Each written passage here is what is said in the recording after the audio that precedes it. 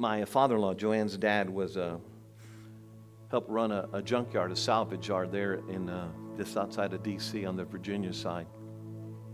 And it's amazing that you can buy a used car, like your transmission goes out or your motor goes out, and the car is maybe already 8 or 10 years old, and you don't want to sink in $2,000 or $3,000 for it.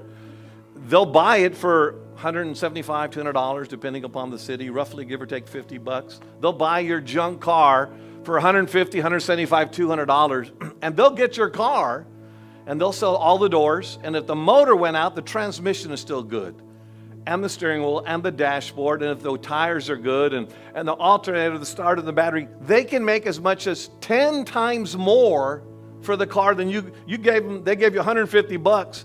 Well, if they sell the motor because the transmission went out, they can get $300, $400 for the motor. They can get 10 times as much as what they gave you. See, the world wants to bruise you and damage you. You ever go to the store? I like looking at the clearance rack, right? I love the clearance rack. So sometimes you go to Kroger's and they'll have the fruit that's about ready to, it's kind of bruised a little bit. So they'll give you like a whole bunch of whatever, apples or oranges for $1. I thought, man, $1, that'd be $5 for the whole bag. They're bruised.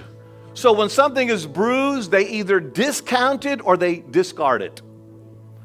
And the world wants to discard you, or it wants to eliminate you, saying you're bruised, you're damaged goods. And you have to understand that whatever we go through, those times, God is trying to cash them in. The first thing I want to say to you, what can we do when we're suffering?